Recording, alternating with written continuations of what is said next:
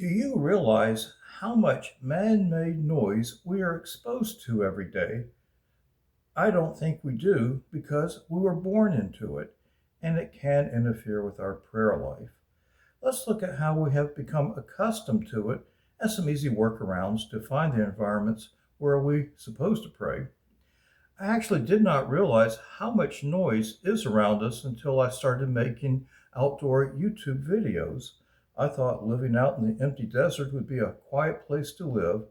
Well, I found out different. Some of my outdoor videos, including shorts, took a couple of hours to record because of noise interruptions, low flying aircraft, desert dune buggies, and sounds of vehicles that travel a long way on an empty, flat horizon with no barriers. Before I started recording these videos, the noise did not bother me at all. I did not notice it. However, the noise does not stop outside.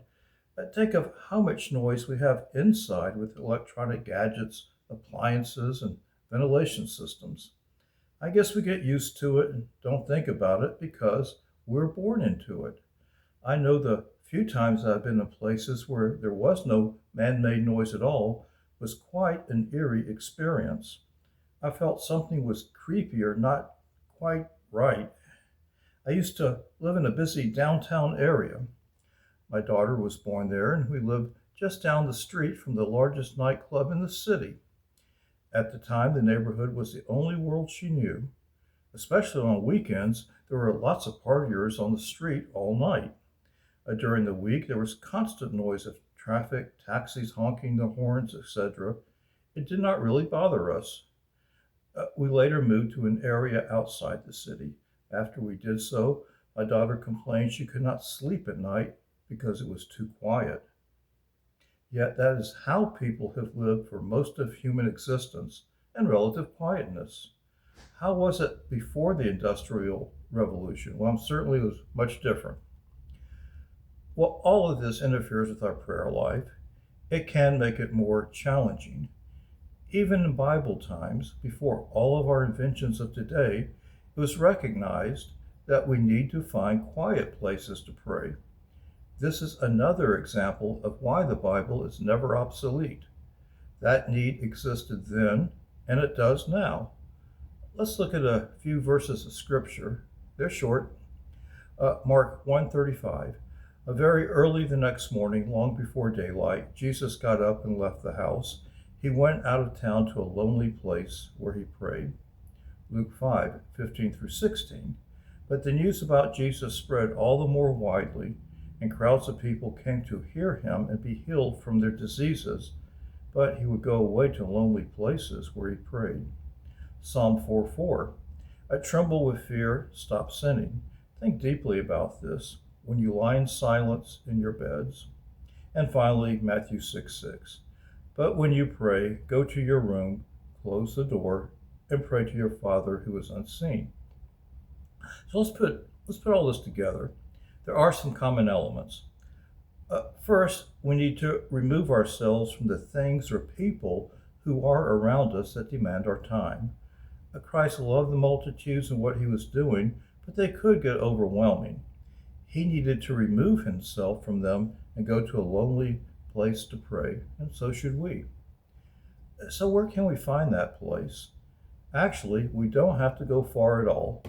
We don't have to trek out to a mountaintop. Psalm 4:4 shows us it can be silence in your bed. This is excellent advice. Sometimes I just happen to awake at 3 a.m., all is dark and silent.